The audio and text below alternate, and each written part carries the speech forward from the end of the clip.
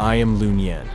After a heartbreak, I entered a game to try to save my father and my cousin, but I ended up becoming the emperor of this small world, and now I possess the sacred body of dual cultivation.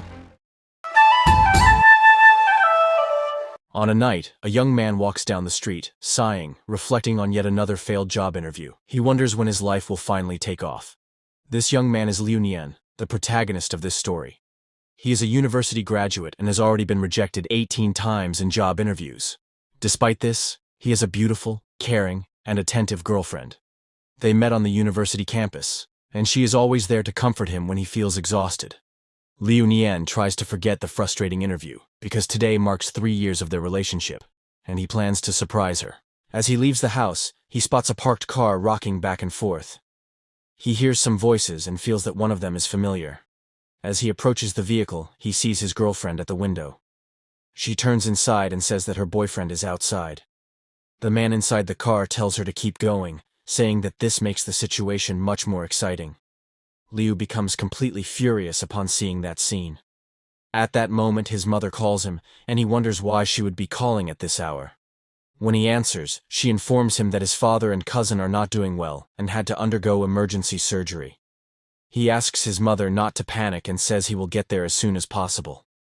Leaving the cake behind, he runs off to meet his family. Meanwhile, at the hospital, the doctor tells Liu's mother that for now, they are stable but have fallen into a deep coma and may not survive for much longer. He adds that, recently, the hospital has been receiving several patients with the same symptoms, and specialists have been unable to determine the true cause of the problem. Finally, he warns her to be prepared for the worst. A few minutes later, Liu arrives at the hospital looking for his father. His mother informs him that his father suddenly fell into a coma and, desperate, asks what they will do now. She says she had warned him not to play for too long and questions the consequences of what happened. The woman sitting beside her comments that she also tried to warn her son, but he disappeared. Even after filing a complaint about the game with the police, it was in vain, as they were told the server was foreign. Moreover, even if they destroyed the VR glasses, new ones would appear at their doorstep the next day. Liu wonders what kind of game this could be. Then, he remembers that his father had mentioned a game in which he invited his cousin to play and mine money for the family. On his way home, Liu is holding the game's VR headset and remembers that it is an online game, recently released, that became very popular for being extremely realistic. Due to this immersion, the game caused a huge stir in the gaming community.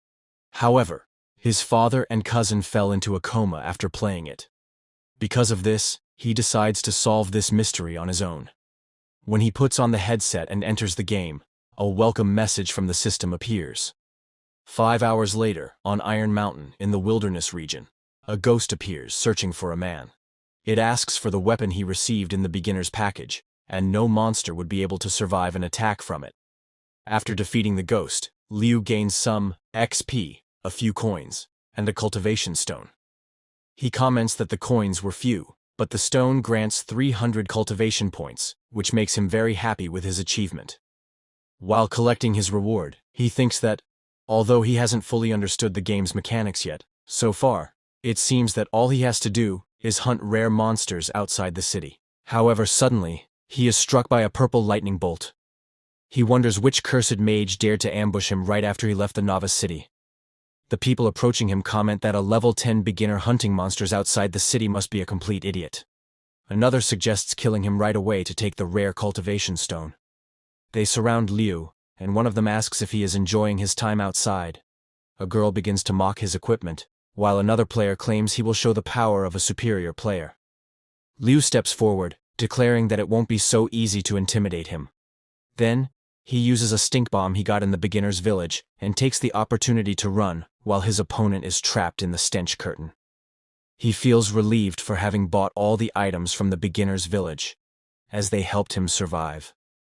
However, before he can fully escape, he is struck by a precise blow to the back. His HP bar is nearly depleted. The attacker is the girl, who thanks the man named Chao for buying that weapon for her. Liu falls to the ground as Chao approaches and declares that this time, he won't let him escape. Besides stealing his woman, he will take all his equipment. Then, he launches another attack and says he will take all his coins and stones. Lying on the ground, Liu wonders why it hurts so much. After all, since it's just a game, it shouldn't feel this real. He feels his heart ache, and his vision begins to blur. He wonders if he is truly about to lose his life. At that moment, a voice emerges, calling Liu king and welcoming him back. Another voice follows, delighted at the return of his majesty. Liu begins to open his eyes and sees two girls in front of him. One of them says she missed him.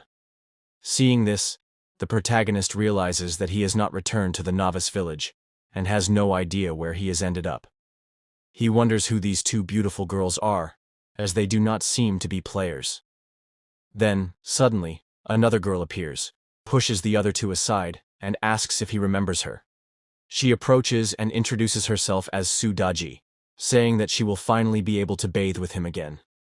The purple-haired girl complains, saying that in her master's past life, he always favored Daji, and she asks that this time, he allow her to serve him. The green-haired girl picks up a mirror and expresses her joy at her master's rebirth. Showing him the mirror, she states that she will help him remember. Looking at his reflection, Liu is shocked. He strikes the mirror and asks what the hell this place is, who the three girls are, and why he has appeared there. The three girls bow to Liu and explain that this place is the tomb of Zhuanyuan. They reveal that they are three demons who guard the tomb. One of them adds that, before His Majesty's death, he foretold that he would be reborn 1,000 years later, and they had been waiting for him in the tomb. The protagonist thinks that, due to a game bug, he accidentally reincarnated as King Zhou, which means he might have a harem of beautiful women. The green-haired girl apologizes for her poor service and asks him to punish her. Liu then replies that she can help him with a little something. Internally, he reasons that these girls are probably NPCs, and as King Zhou, it would not be wrong to ask them to do something for him. Daji says that he may be tired from reincarnating and asks if he would like to take a bath with her. The protagonist, excited, declares that he is so happy there that he never wants to leave. Arriving at another place, he says he didn't expect there to be a hot spring with peach blossom flowers inside. Daji then comments that they had been waiting for him. Looking ahead, he sees the two girls welcoming him. Daji is happy that he has finally arrived, and lets the towel fall into the water. Liu notices a faint aroma of wine in the hot springs, and thinks that this game not only looks real, but even the scents are incredibly realistic. Daji explains that in his past life, he loved bathing in wine because it helped replenish his energy and improve his cultivation. She urges him to hurry, as the girls are waiting. Excited, Liu mentions that the wine cellar and meat garden can enhance cultivation and asks for them to start right away. Daji responds that it will be an honor to join him. The purple-haired girl, Shi Mei, says that she also wants to cultivate with him, while the green-haired one states that since he is a good ruler, he will have to share everything equally. He then says that, in that case, all of them should join in the cultivation practice. Liu thinks that this trio is amazing and that each of them moves him. Then, he asks the universe to let him stay there a little longer. And so, they begin the internal cultivation practice. Sometime later, a system message appears, congratulating him for unlocking a new class, the Human Emperor. Liu realizes that an entire night of cultivation allowed him to unlock a hidden class and learn new abilities. Everything felt so real that he now feels exhausted. Sometime later, the green-haired girl appears and says that something bad has happened. Shen Gongbao brought people to Xuanyuan's tomb, saying that he wants to settle matters with her sister at the Xuanxi Palace. Mei explains that Gongbao is not good at all, as he betrayed the Celestial Kingdom and is complicit with demonic sects. She warns that if he discovers the Lord is there, no one knows what he might do. At that moment, Daji says she will use the concealment technique and asks him to wait until she returns from Xuan Palace. The green-haired girl urges her to hurry there before that man becomes suspicious. Sometime later, at Xuan Palace, Daji arrives at the place. Gongbao tells Daji that it has been a long time since he last saw her. Daji steps forward and states that the throne should belong to the king, demanding that he not cross that line. One of the guards intervenes, saying that a mere fox demon dares to attack the future king of the demonic world.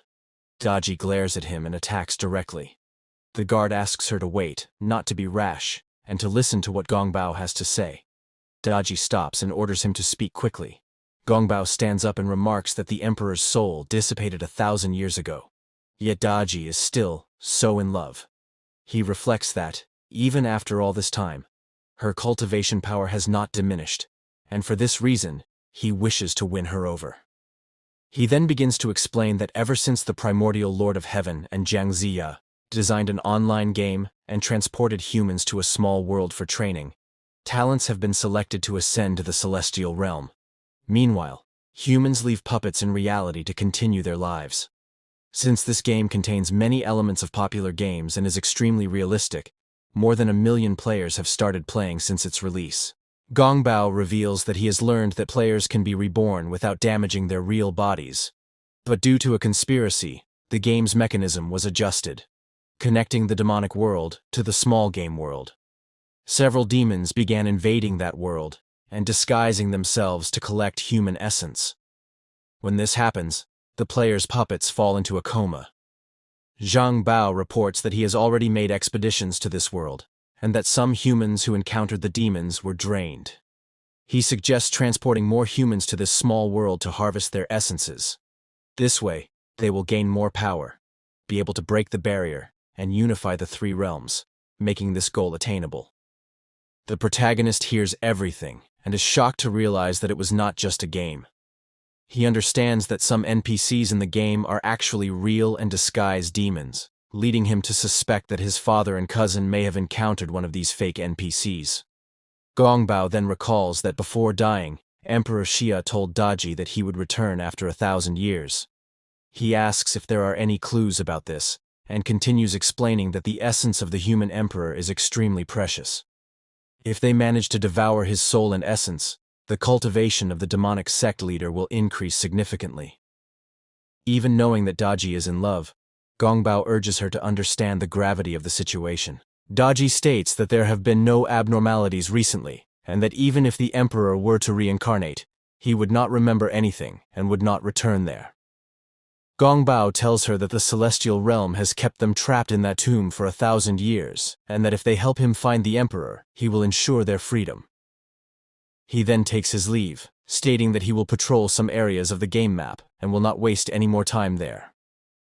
After Gongbao's departure, Daji returns to the tomb and frees the protagonist from his pendant.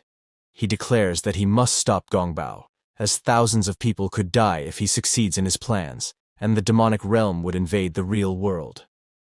Determined, he decides to use his human emperor cultivation to find his father, Jiang, and thwart the conspiracy. The young women kneel before him, vowing to protect and serve him until the end. Daji then reveals a seal and explains that it is an artifact that only those with the emperor's lineage can open, asking him to examine it. Liu takes the object, wondering what might be inside. Daji instructs him to say the words, "I am the human emperor. Open the jade seal." As soon as he does, a yellow light begins to emanate from the seal, which floats in the air before finally opening before him. A sword appears. Upon seeing it, the protagonist becomes furious, as that damned sword is rusted. Shi Mei says that it seems to be the sword of the Phoenix King, which His Highness used to carry.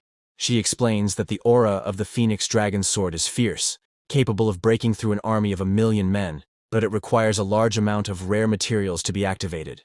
Shi Mei says she will send the list of materials to His Majesty later. Liu realizes that he won't be able to use the sword right now, and that he needs to kill some monsters to level up while he's still under the effect of a buff. Daji suddenly hugs him. Saddened, she asks if he's already leaving the tomb, as after such a long separation, she can't bear to be away from him again. Liu gently strokes her head and says that he will always return so he can cultivate internally with them, asking her to be a good girl. Daji replies that it's wonderful, as she will be able to serve the king once again. The protagonist tries to teleport to the novice village, but he is unable to. Shi Mei explains that the village is too far away, so using normal teleportation is not possible. He asks if he's trapped there, and how he's supposed to level up. His third consort explains that his jade seal has a teleportation function, and that all he needs to do is think of the place, and he will arrive at his destination. Liu then takes the seal in his hand and concentrates. A portal opens above him.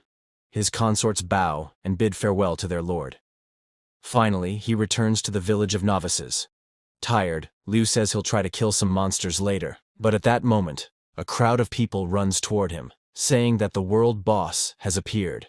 Looking at them, the protagonist wonders what that could be. A girl yells for everyone to get out of the way. Liu looks up and sees a beautiful, angelic girl flying over him. She lands, stepping on a few men who get irritated by it. However, our beloved protagonist is mesmerized by the girl and remarks that she is very beautiful.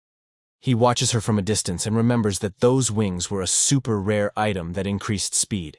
Even though many spent a lot of money trying to get them, few ever succeeded. Sometime later, a group of people was attacking a ginseng tree which, when destroyed, would grant a ripened fruit that served as a precious material to enhance cultivation. Liu was observing from a distance. He thought that this boss likely dropped rare materials, but decided to wait for now. A girl appeared holding a sword and charged toward the tree, delivering several strikes. Even though she was 2 levels below that demon, she felt she could handle the situation. Watching from afar, Liu thought she was very skilled. However, a crack began to open behind Liu, and a root emerged from it, grabbing both of their feet and wrapping them together, trapping them against each other. At that moment, Liu panicked. After trying to hold her, he couldn't take it anymore. The girl then noticed something strange, and asked what that weapon was that he was hiding and pressing against her abdomen.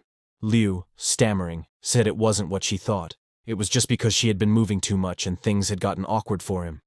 At that moment, a few ginseng fruits appeared beside them. The girl thought they were going to explode, and she was right.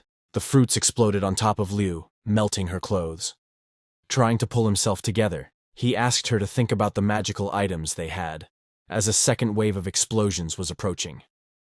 The girl replied that she had an item called Phoenix Feather, which could get them out of there, but she couldn't use it at that moment. Liu told her not to worry, that he knew how to activate it. However, he let himself be carried away by strong emotions, and commented that he was smelling something really good. Annoyed, the girl reminded him that the next wave of explosions was coming, and that this was definitely not the time to be thinking about things like that. The girl asks him to activate the item quickly. He pulls her necklace with his mouth and tells her to stop moving. Then, he manages to activate the phoenix quickly. The girl is impressed, as it would normally take time to activate. The phoenix directly attacks the ginseng tree, and they manage to break free. The other people are somewhat upset, partly because the protagonist is siding with the girl, and partly because they find the power gap between paying and non-paying players in the game unfair. At that moment, the ginseng tree returns to its mutant form. The protagonist tells the girl not to worry, that he will take care of it. The men around them mock the protagonist, who is only level 9 and wants to face the boss alone. Hearing the comments, the girl remembers that her items are stored in the city warehouse and thinks that if things go wrong, she'll retreat. Even if it's embarrassing, it's better than dying and losing her gear. With the phoenix necklace in his mouth, the protagonist smiles and then jumps at the tree, activating the phoenix once again. The creature attacks the tree again. The surrounding people are completely shocked, while the phoenix continues to burn the demonic tree. The protagonist returns to the ground, being watched from afar by the girl, and manages to defeat the ginseng tree. Everyone is amazed by the power of that magical item. Then, a system message appears, congratulating Liu Nian for successfully defeating the ginseng tree. In addition to receiving rewards, he levels up from 9 to 12. The girl is fascinated. He used the phoenix 3 times in a row. Those 2 traders watch Liu from a distance, and Chao comments that Liu has many treasures and that they should find a way to rob him later. People around the protagonist become euphoric. The girl hears someone say there's something hidden in his mouth, something that could instantly activate magical items. She then thinks that might really be the secret behind his power. At that moment, the protagonist is looking at the phoenix item in his hand, until it breaks. Liu panics, knowing that item was worth the equivalent of a house in the city. The girls start running toward him, calling him a hero and wanting to be with him. But the girl thinks that if she kisses him, she'll find out his secret, because she believes he won't be able to resist. She starts running toward him, knocking down all the other girls in her way. As she gets close, Before he can say anything, she kisses him, leaving the protagonist completely confused. They kiss for so long that they end up lying on the ground naturally. The girl realizes she didn't find anything, and the protagonist, gasping for air, says he was just going to tell her he broke her phoenix necklace. The girl gets up and replies that it was only 3 million. She explains that since he blocked the explosion earlier, his gear was damaged. She invites him to go to the Manhwa Tower auction house to take a look. The protagonist, shocked, says the things there are way too expensive. She grabs his hand and says it's just a thank you, and that now they should go to her apartment to change clothes. In truth, the girl is fuming. She lost her first kiss and didn't discover anything. She's not going to let it slide and is determined to search him thoroughly. She then thinks, with determination, "Tonight I'll take everything from him." Arriving at her house, the protagonist is startled by the size of the mansion located in the VIP area. Looking inside, he starts doing the math. The in-game currency is 1-to-1, so that residence is worth millions. He enters her room and is enchanted by everything, even throwing himself onto the bed. The girl comments that the last battle left her feeling very dirty, so she's going to take a shower. And so she does. At that moment, the protagonist wonders how he ended up at that level, and whether she might somehow be offering herself to him. While showering, the girl says she's glad she bought a box of charming incense earlier. She applies the product to her body and states that as soon as he faints, she'll look for whatever he's hiding. Sometime later, she returns to the room. Since there was still some time before the Manhwa Tower auction, they could rest for a while. The protagonist and his friend, seeing the situation, get excited. She asks how his legs are doing, and he replies that they're feeling great. Then she asks if he wants to try a little. Smelling the incense, he leans in to sniff her and, unable to hold back, jumps on top of her, saying he can't take it anymore. Confused, the girl wonders why he didn't pass out from the smell. At that moment, she remembers what happened earlier. She had gone to a merchant to ask if he had something that could knock anyone out. The merchant offered her a box and explained that simply knocking someone out might not be effective, but the vial inside contained something much stronger. She decided to buy it. Back in the present, she realizes the merchant had actually sold her an aphrodisiac instead of a knockout elixir. The protagonist kisses her, and she ends up giving in to the moment and the situation. The next day, she's wrapped in the sheets, thinking that she didn't manage to uncover anything. And on top of that, got too involved in something that lasted more than 6 hours. Liu apologizes for that. She gets up in a panic and says that apologizing won't help. Now he's the son-in-law of the Fang family. She grabs a virtue manual and tells him that regardless, he's her partner now. If she finds out that he's not walking the straight path, she threatens to cut off his little buddy. She walks away and says it's getting late and they need to go to the Manhwa Tower auction.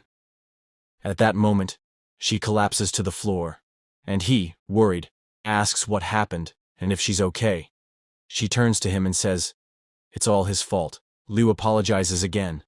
She throws a card at him and says it has a 1 billion limit, asking him to leave. The protagonist accepts immediately, but later goes into shock when he realizes the card's limit. Miss Fang returns to bed and tells him he can buy whatever he wants, as she's going to rest for a while. As he gets ready, the protagonist thinks he doesn't like depending on anyone, but for the sake of his father's safety, he'll accept it for now. Lying in bed, Miss Fang reflects that the night was very good, that Liu is a strong man, and if he trains a bit, he'll become a great asset to the Fang family.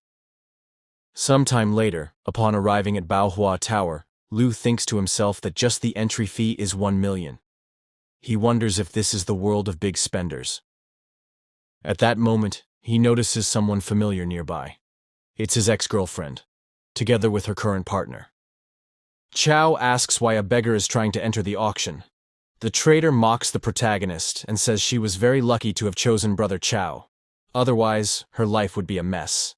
The protagonist calls them a despicable couple and says he'll show them what true wealth looks like today. A receptionist asks if he wants to participate in the auction and informs him that, in order to do so, he must prove he has a fortune exceeding 10 million. At that moment, the protagonist thinks that he will indeed have to use Feng Xie's money. but decides he will repay her for it later. The traitorous couple starts laughing at the protagonist. Chao declares that if Liu has the money to enter the auction, he will live-stream himself eating feces. The girl, laughing, says she knows just how poor he is, which makes the people around them start mocking the protagonist. However, he pulls out the card he received from Feng Qier, leaving everyone around stunned, as it takes more than 100 million in spending to possess such a card. The couple suspects the card is fake, and asks security to check it thoroughly. The guard approaches the protagonist and warns that, if the card is fake, he will suffer the consequences. But when the card is scanned, it is instantly approved. The guard returns to the entrance and informs the protagonist that he is welcome in the VIP area. The guard turns to the two traitors and tells them not to cause a scene, and if they must eat feces, to do it near the local chemical toilet.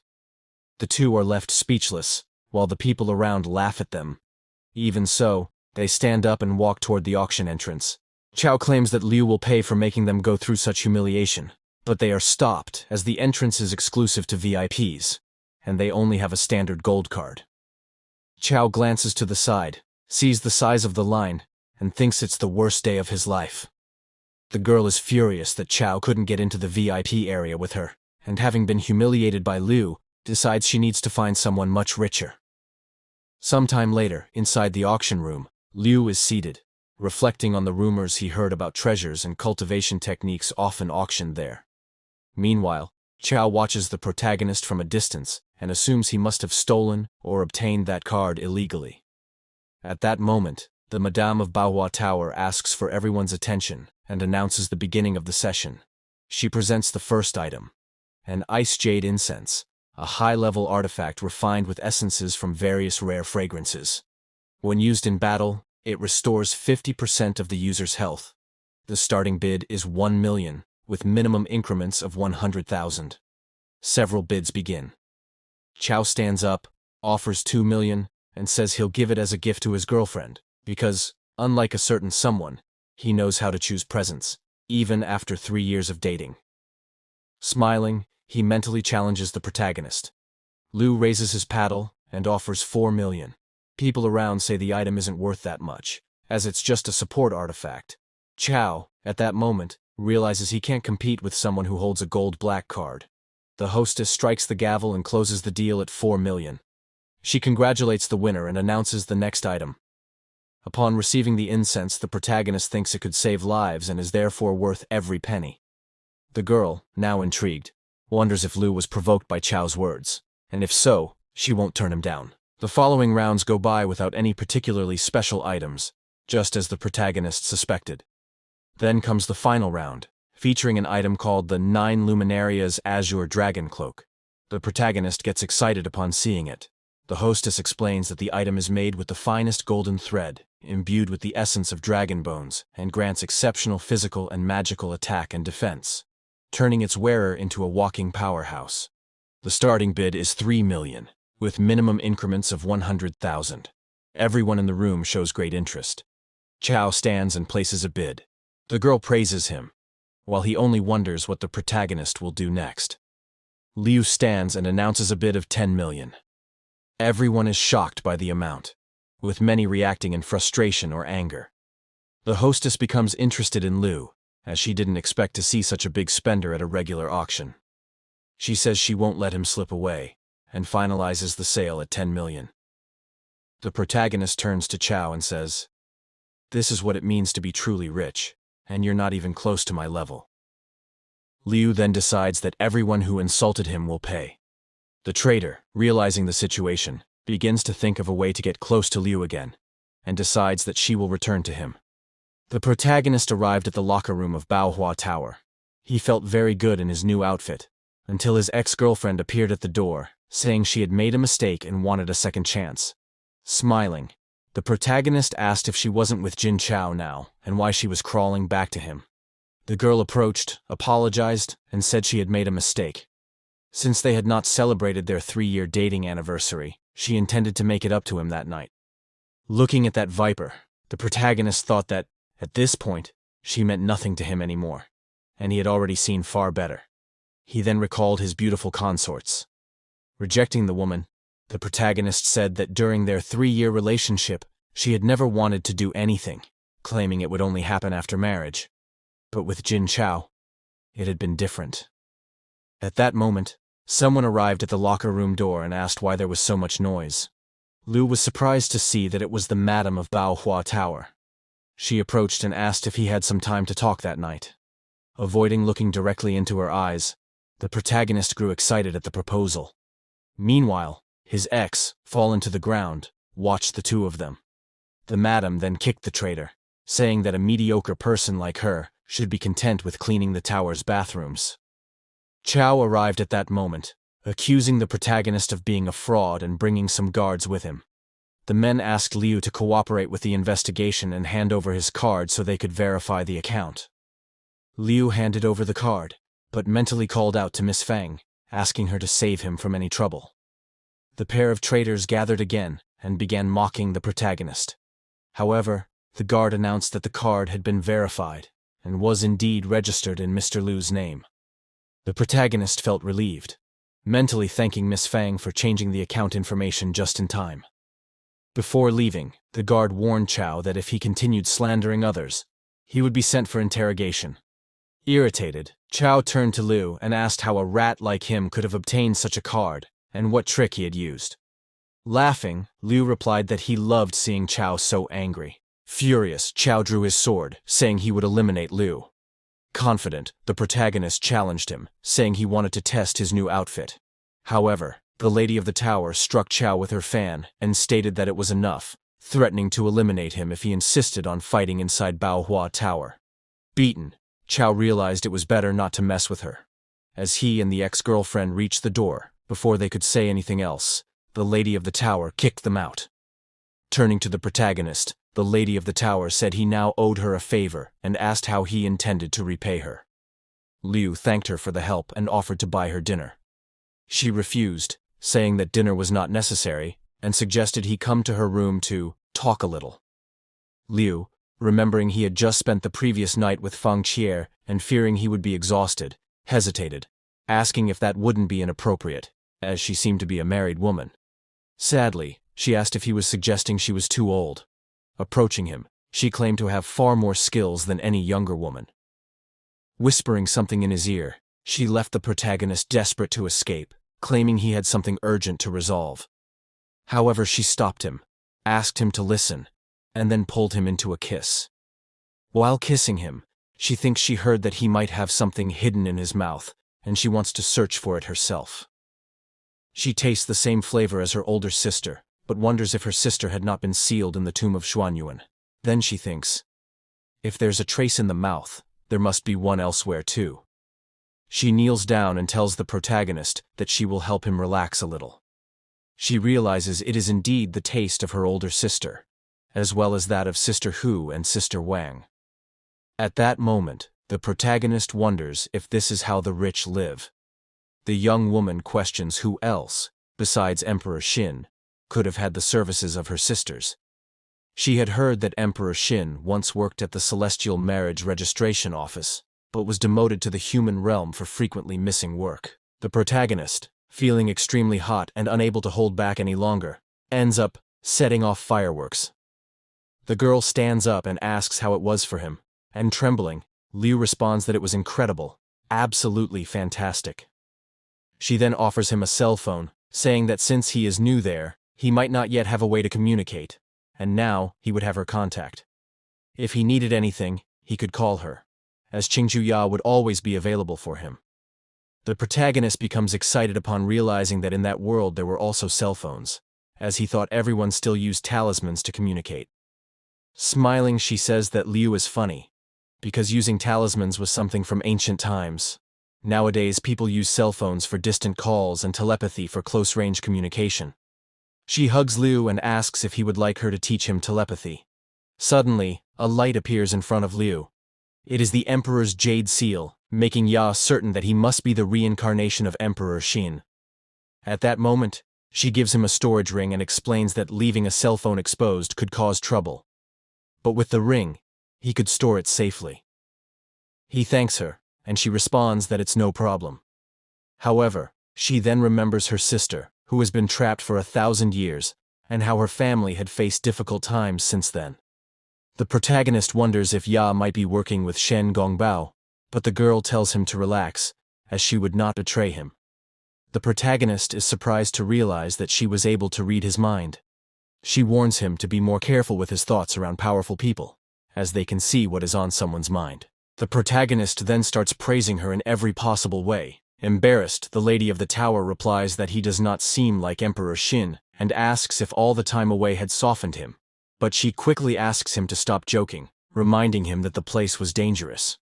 She picks up a book of teachings about the mortal journey, and tells him to try to learn something from it. The protagonist thanks her for her kindness, and asks if the tower sells information, as he wanted to know something about his father and cousin. She confirms and says she will make the request, and they will probably get a reply in a few days. The protagonist thanks her and says he will return to cultivating, so as not to take more of her time. She answers that she would have stayed longer with him, as she thought they would spend most of the night together. At that moment, a short man appears and asks if he can talk to her late into the night, since he has a lot of free time. Annoyed, she asks if he ever gets tired. The man insists, offering her his great-grandfather's treasure in exchange for her company. Irritated, she spits something into the man's mouth, who comments that the taste was a bit salty that day and asks if she is feeling well. Furious, she yells at him to leave, while in the background, the protagonist recognizes his little ones in the man's mouth. Sometime later, the protagonist is leaving the tower when the short man calls out to him, asking Liu to wait. Looking back, the protagonist wonders if the man realized what he had just eaten. The protagonist turned around and asked what the man wanted. The short, irate man said that even though Liu was just a mortal, Sister Qingqiu served him willingly. The protagonist wondered if that man was about to try and hit him, but suddenly the man grabbed Liu's hand and, crying, asked how he had managed to win over Sister Qingqiu or if he had some trick up his sleeve. Seeing the situation, the protagonist questioned whether that man was an idiot. Liu then turned and said he didn't have time, as he was going to hunt some monsters to level up. The man clung to Liu's legs, saying that killing monsters was nothing compared to this issue, and begged the protagonist to teach him some trick. The man revealed he was from the Tiangang sect and claimed they offered a wide range of cultivation resources. At that moment, the protagonist remembered that this guild was known as a black market, and that having this man as an ally would be a great boost in the business world. So, the protagonist told the man that if he really wanted to know the secret, he would have to prove he was willing to pay for it. The man showed several items and explained that the prices of those rare items were much lower than at the tower auction, offering them as a gift to the protagonist. Confident, Liu thought he had already expected that from this guy, and that surely those were valuable items.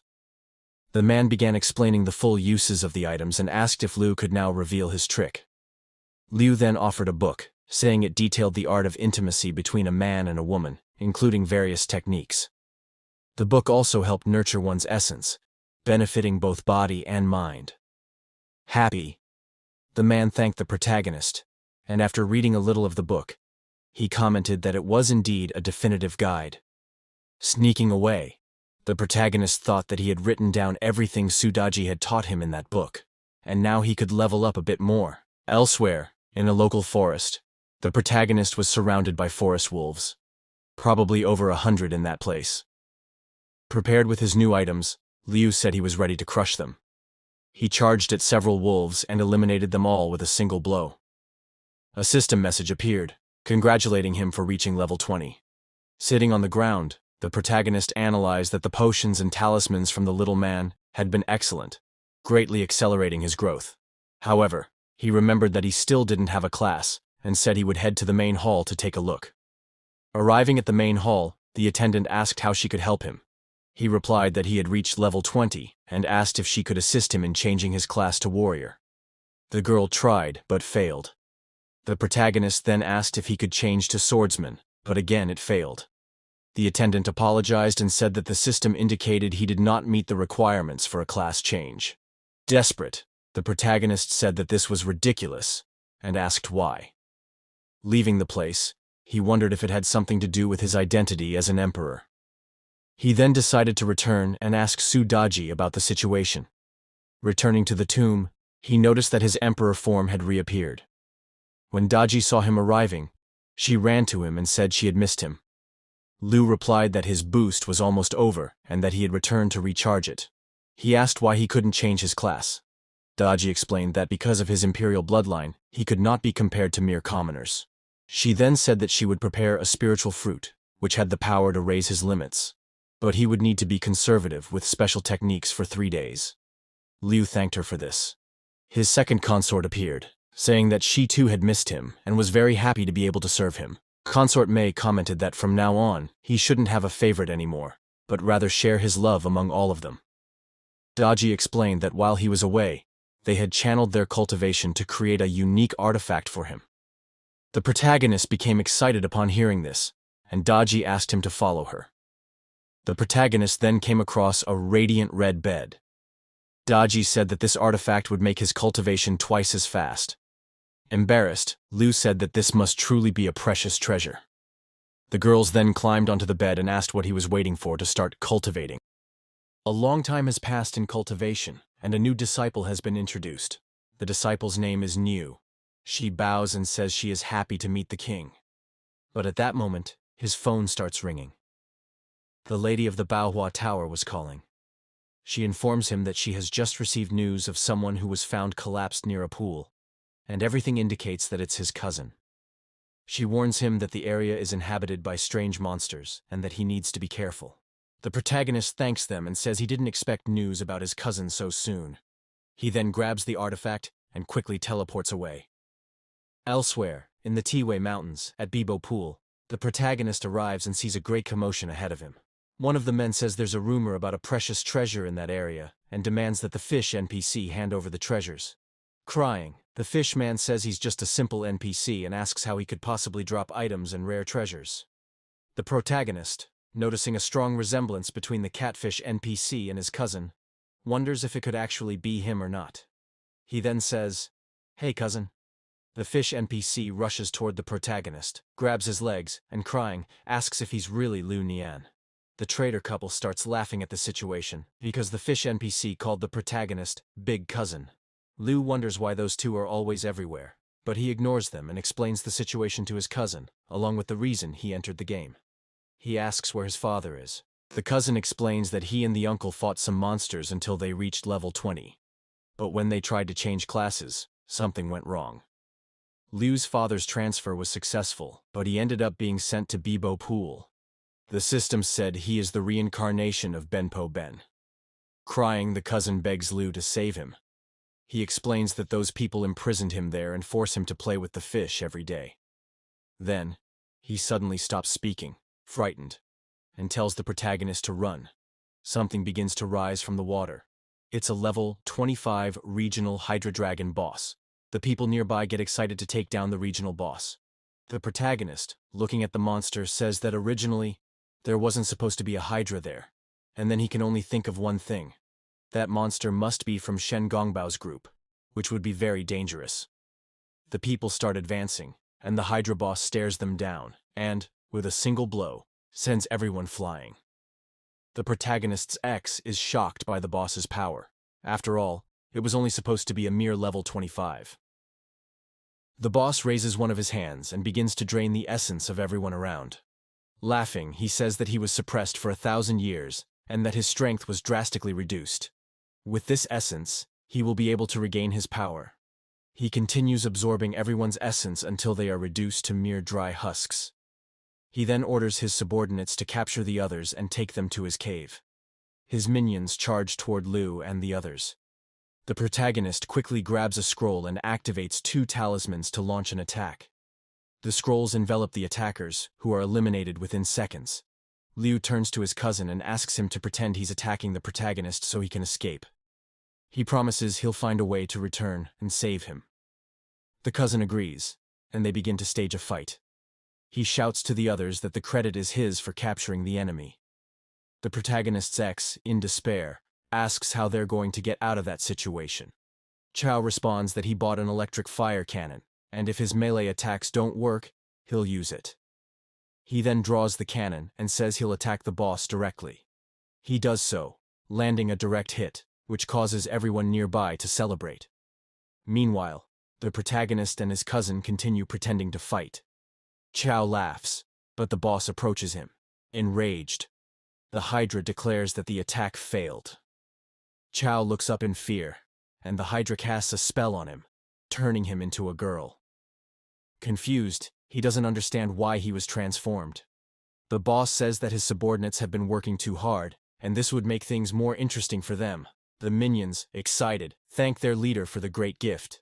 Surrounded, Chao shouts for the monsters to back off, insisting that even though he's been turned into a woman, he's still a man. One of the monsters replies that some fish species can change from male to female, so it's fine. The protagonist's ex, seeing her current partner in that situation, wonders why they're going through all this, and remarks that she's never heard of such a mechanic in the game.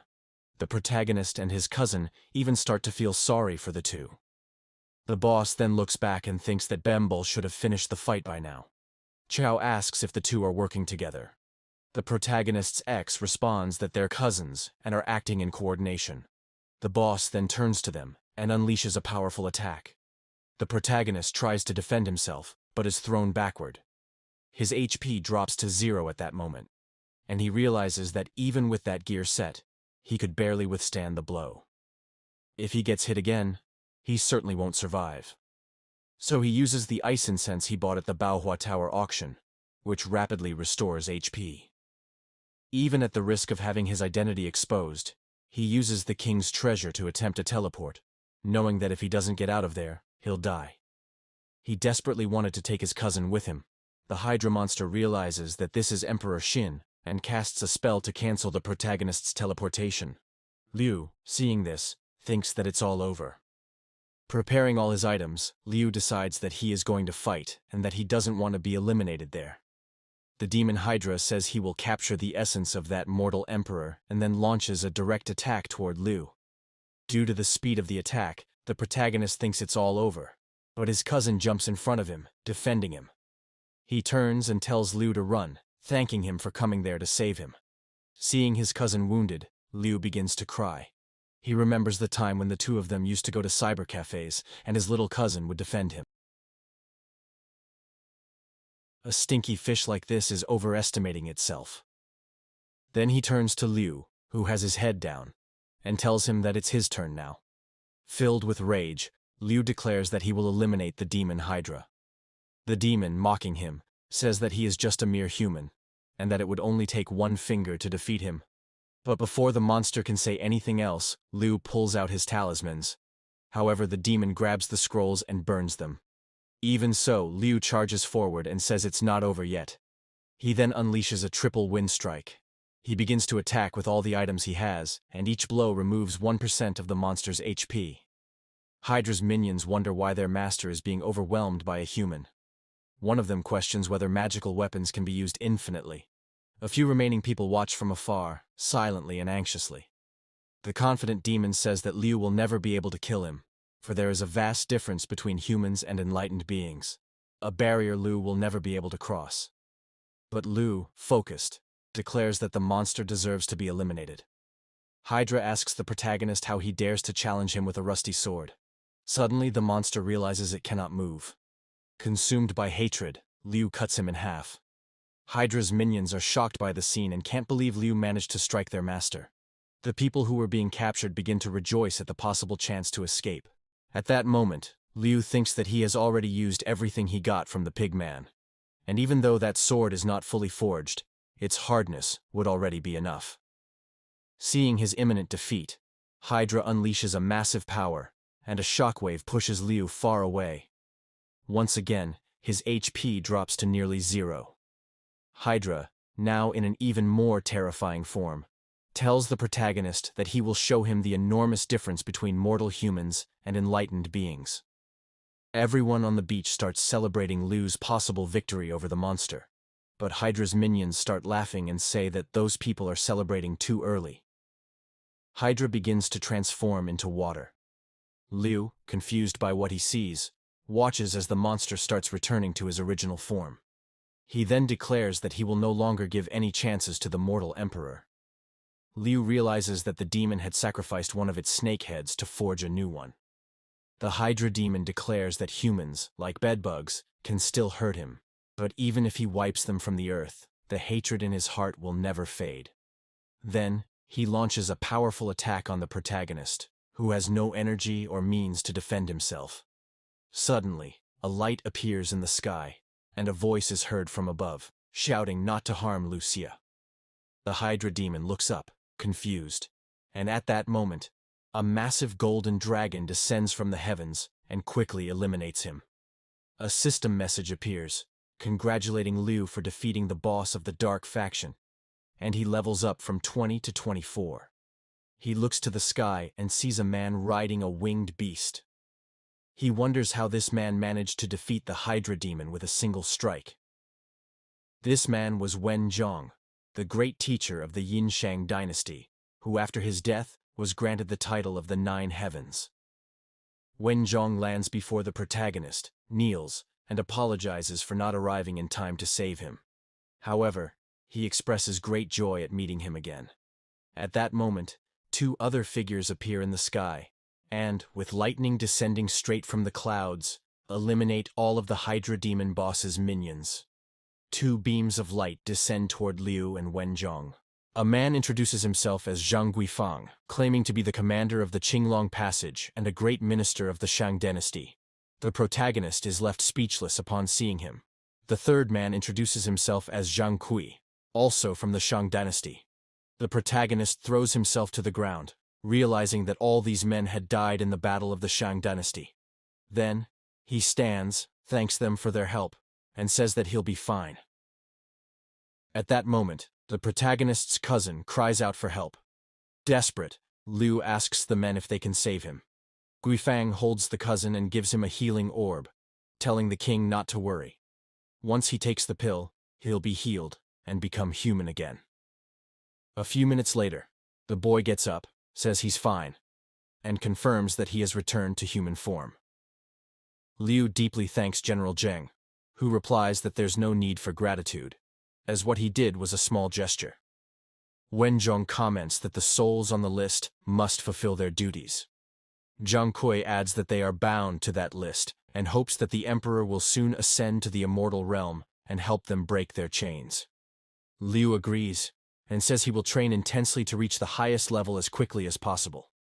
Wen Zhong warns him that His Highness mustn't think like that, as the path to cultivating immortality is long and each step must be taken carefully. Embarrassed, the protagonist says he was just speaking casually, but he does intend to level up quickly. Kui then asks what they should do with the remaining people nearby, and suggests eliminating them to preserve the identity of His Highness. The traitorous couple, desperate, insists they saw nothing, and Chao only wants his body back. Thinking through the situation, Liu concludes that if the three kill innocent people, they might be added to the list of names, which would be bad for them. He decides that erasing their memories would be better. The three exchange glances and say the king is wise. Then, the elder Zhong activates his magic, erases the memories of everyone on the beach, and reverses the Hydra King's spell on those people. They mount their flying beasts again, and, before departing, say that since the problem is resolved, they will leave before others arrive and discover their identities. Flying through the sky, they wish the protagonist success in his cultivation and hope he ascends to immortality as soon as possible. Liu turns to his cousin and says he must take care of something, but that his cousin can now return to the novice village and continue training. His cousin replies that he will work hard to match the protagonist's power. Somewhere beneath the waters, a palace appears. A wedding amulet begins to crack. A furious woman asks who was responsible for killing her beloved. This was Princess Wan Sheng, wife of the nine-headed Hydra. She leaves the palace and tells her attendants that she will be gone for some time. Angry, she vows to find out who did it, and to take revenge on whoever harmed her beloved. Returning to the protagonist, he realizes he forgot to inform Wen Zhong and the others about Gongbao's plans. So, he decides to go back and continue strengthening his body in the tomb with the concubines. Upon arrival, he shouts, announcing that he's back. The three concubines welcome him warmly. He asks them to stand and inquires about Daji's whereabouts. Mei explains that Daji had to go prepare the auricular fluid in the inner sanctuary. He then decides to continue strengthening his eyes, as he wasn't able to complete the process last time. He grabs the fourth concubine and runs off. After finishing the eye enhancement, he feels as though he can see everything clearly. Daji appears and says she had been waiting in the sanctuary the entire time. He hugs her and comments on how arduous the task is for her. At that moment, he sees a girl and asks who she is. The young woman introduces herself as Shui Ning. He turns to Daji and asks who she is. Daji responds that Shui Ning claims to be a demonic spirit from the East China Sea. She possesses a unique trait. She can grant someone the ability to hear all the subtle sounds in the world. Liu asks how he can acquire this ability, and Daji explains that Shui Ning's first blood is extremely precious and must be collected carefully and stored in a jade bottle. Sometime later, they manage to obtain the valuable item. The protagonist tells the girl that she worked hard and will be rewarded. She becomes emotional upon hearing this. Liu tells Daji they successfully extracted the liquid, and Daji tells him to lie down so she can perform the purification. He places his head on her lap, and she pours the liquid into his ear. Immediately, he feels a cold fluid flowing inside, and the sensation is like being in a fairy tale with little fairies singing and playing music, while the noise of the outside world fades away. Liu gets up and says that both his ears have been successfully strengthened. Then he asks Daji what else needs to be done to complete his body enhancement. She replies that everything is ready and asks him to follow her. When they arrive in the room where the others are, she asks if the linglong fruit is ready. Mei confirms and goes to retrieve it. Mei explains that this fruit can only be used once all 7 body points have been strengthened. She asks him to focus on his nostrils. Liu approaches, smells the fruit, and senses a refreshing ocean scent. Suddenly, spheres of light begin to surround him, and a bright light fills the room. A system message appears, congratulating Liu for having strengthened all the points of his body. The protagonist is overjoyed, as his abilities are now at their maximum level. He has become a complete player. The concubines congratulate him on this achievement. Liu thanks them for their help and promises to cultivate quickly so he can free them from the tomb as soon as possible. A system update notification appears. The protagonist taps it and, upon opening, sees a system alert along with possible rewards. Mei says these are the necessary materials to forge the Phoenix Sword. The protagonist becomes excited and declares that he will participate in the event to complete the sword quickly. Meanwhile, in the Valley of 10,000 Underworlds, the location of the upcoming event, a woman seeking revenge for the death of the Hydra demon remarks that Gongbao claimed the reincarnation of King Zhou and Wen Zhong were responsible. While she is not yet strong enough to face Wen Zhong, she feels confident she can eliminate the reincarnation of King Zhou. The day before, Princess Wansheng stood before Gongbao, asking who had done it. He replied that, at first, her husband had been watching over Bibo's pool, but they hadn't imagined that one of the players would be the reincarnation of the mortal king. He added that he was also very saddened by the loss. Seeing the young woman's sorrow, Gongbao said he had thought Wen Zhong would eliminate all the humans to ensure the secret of the mortal king was kept. But when he sent his men there, he saw that everyone was still alive. She then asked why he didn't just imprison all the humans and force them to reveal who the reincarnation of King Zhou was. Gongbao replied that it wouldn't be easy, as Wen Zhong had used magic to make everyone lose their memories, and that King Zhou had already fled. The princess then remarked that it seemed King Zhou was very cautious and would not reveal himself easily in the future. Gongbao told her not to worry, for the next day a great dungeon would open in the Wanming Valley, filled with many rare items.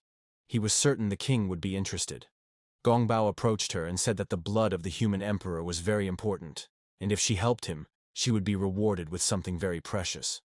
She then turned around and said she would go to the dungeon.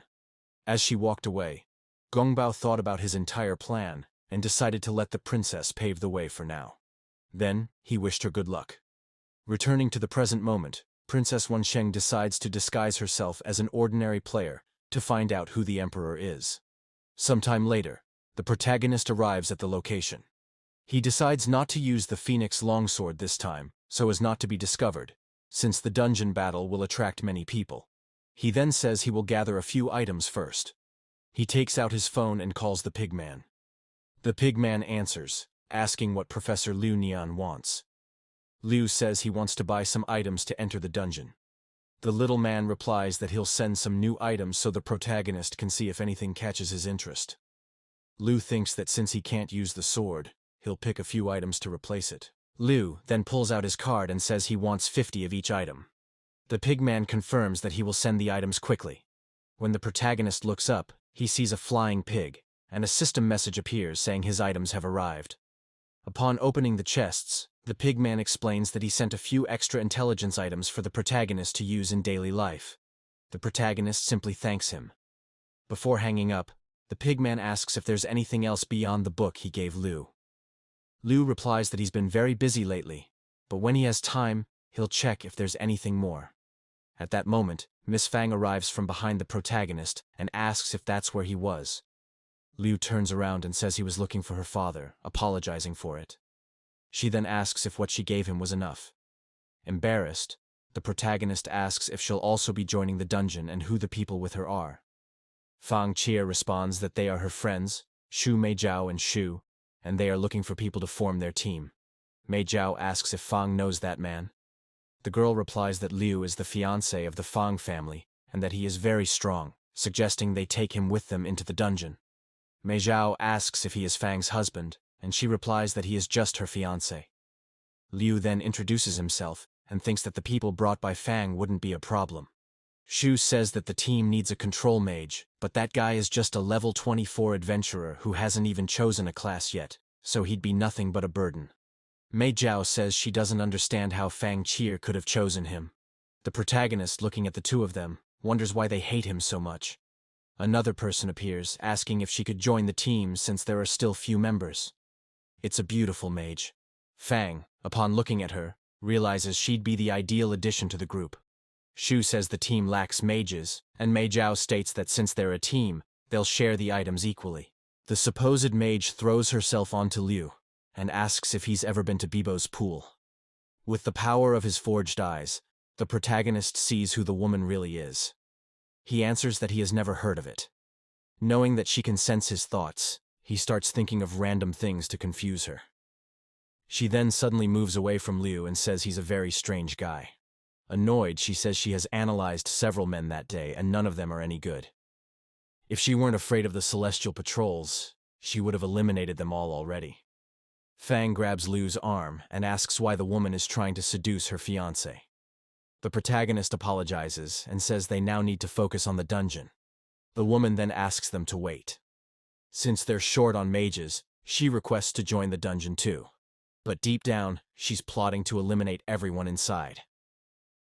Meanwhile, at the entrance of the Wanming Valley event, several players were gathered. A celestial being announced that the event was now open and that players could proceed to the dungeon. This being was Zhang Guifeng, who held the title of Star of Misfortune. He then became enraged and declared that one day he would put an end to the list of the gods and rid himself of that title once and for all. Soon after, the entrance portal to the dungeon appeared, and the players rushed in to try and grab the rare, limited-quantity items. Guifeng, while observing Liu's team, noticed a different aura emanating from the supposed mage and stated that he needed to investigate. As he tried to leave his post as a gatekeeper at the dungeon entrance, someone appeared, asking where he was going. It was Huang Tianxiang, the Master Star, who said that a misfortunate star dared to call him by name. Guifeng replied that he wasn't afraid, and then the Master Star said he would show him the consequences of such defiance. At that moment, a voice interrupted the argument, yelling for the two to stop.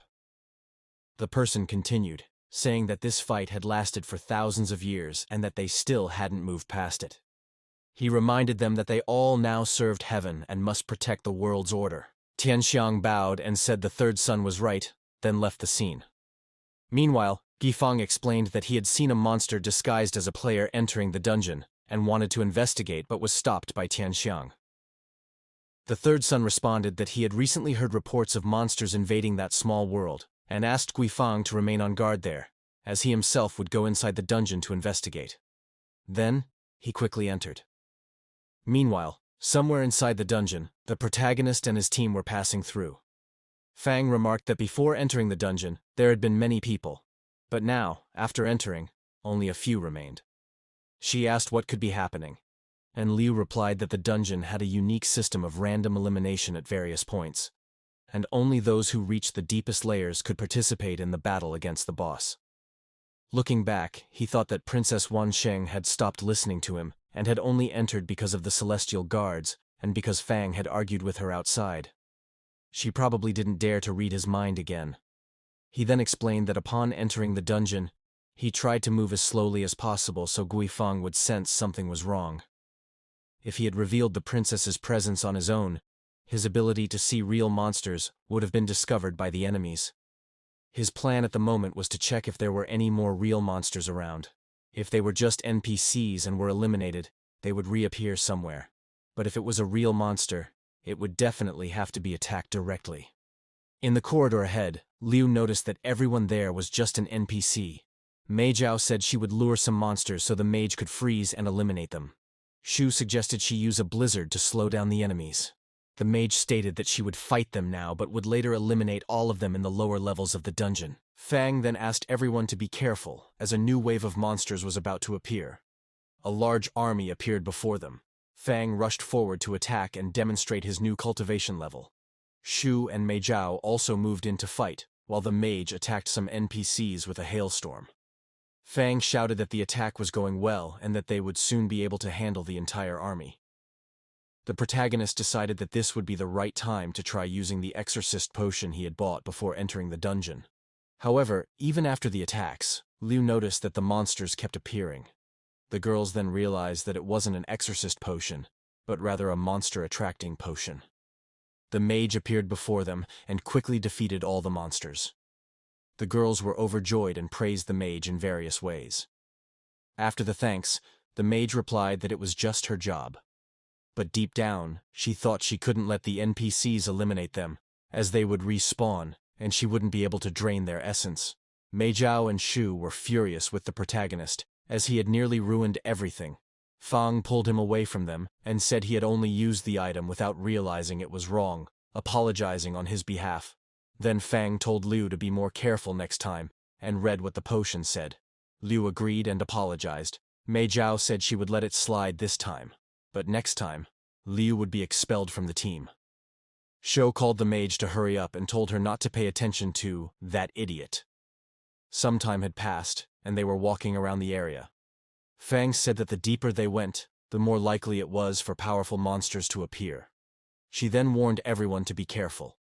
At that very moment, a spider appeared before them. Smiling, it said it had found some prey. The spider turned, unleashed its power, and declared that it would devour them to gain more strength. It then stole the weapons of Fang, Shu, and Mei Zhao. The protagonist launched several flame talismans, but the spider, laughing, said that a few pieces of paper wouldn't be enough to destroy it. It told them to surrender and become its food. Then, it cast its web over the four of them, which made Mei Zhao very angry. She told Liu to step back. Desperate, the protagonist said it wasn't his fault, and Fang urged him to think of something quickly, like he had done before. The princess then declared that she would use a great power to eliminate the spider as it dared to interfere with her business. With a single blow, she drained all of the spider monster's HP. The three of them celebrated their victory over the monster, and the entrance to the boss appeared before them. Lin stepped in front of Fang and asked them to go in first, which left Fang confused. Then the princess revealed herself and said they wouldn't be going anywhere. Shu and Mei Zhao question Liu about why he is blocking the passage of the mage sister. Liu turns to them and asks if they are idiots. A level 26 mage defeating a boss with a single blow?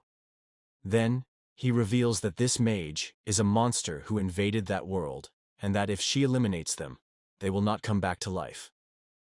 That is why he wants them to run to the boss room, so they will be eliminated, and then respawn. At that moment, the princess reveals herself and creates a barrier so that no one can escape. Mei Zhao says she learned from her family that by playing this game, one can become immortal. But she has never heard of demons.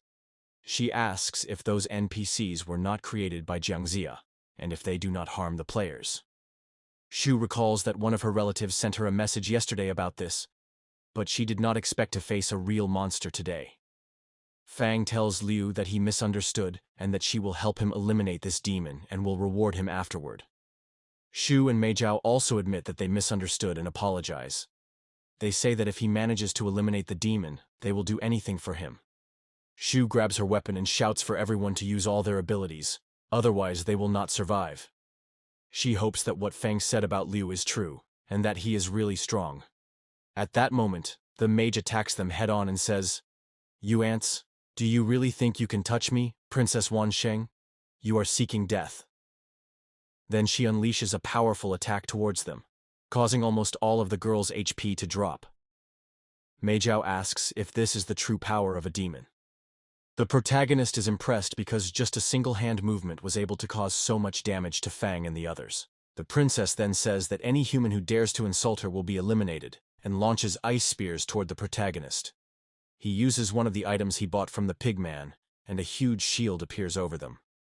Liu turns to them and says that monsters of her level cannot be fought by ordinary players. He asks them to stay behind the shield and not do anything rash. Once again, Princess Wansheng attacks them directly, trying to break the shield. Liu talks to Fang and says that if everyone stays there, sooner or later the shield will not hold.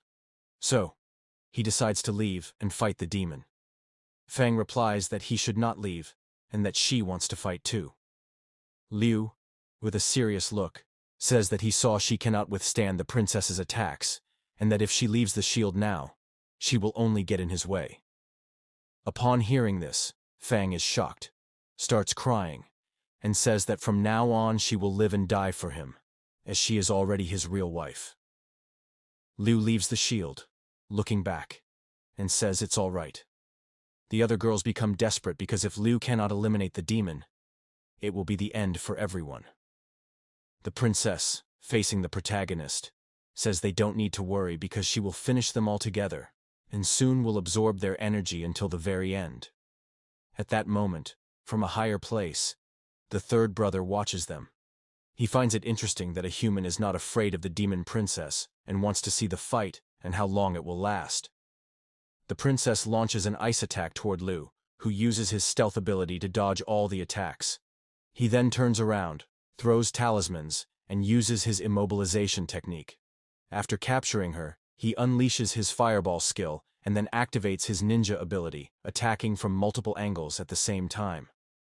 The girls, seeing this, think it will all be useless since Liu's highest skill level is 4, and that won't be enough to fight the princess. The third brother, watching from afar, says it's really like that. He would need to have skills at level 20 to affect a demon like her. But suddenly, he is shocked, and wonders how this happened. The princess had taken a lot of damage at that moment. Fang also wonders how the damage was so high and how her man is so strong, which makes her enchanted by it. Shu and Mei Zhao regain hope in an imminent defeat of the demon, and the two girls think they were really wrong. Falling backward, the princess thinks these insects can really hurt her. She then asks how a player with level 4 skills could cause so much damage. Liu, confident, replies, "Who said my skill level is only 4? I'm not an ordinary jobless player." The princess says that doesn't matter and that she will eliminate him right there. She then uses her purple dragon dance technique, which makes the third brother apprehensive. Fang shouts for her husband to be careful, and so do the girls. We'll continue in the next episode. For more videos like this, subscribe to the channel and turn on notifications. See you next time.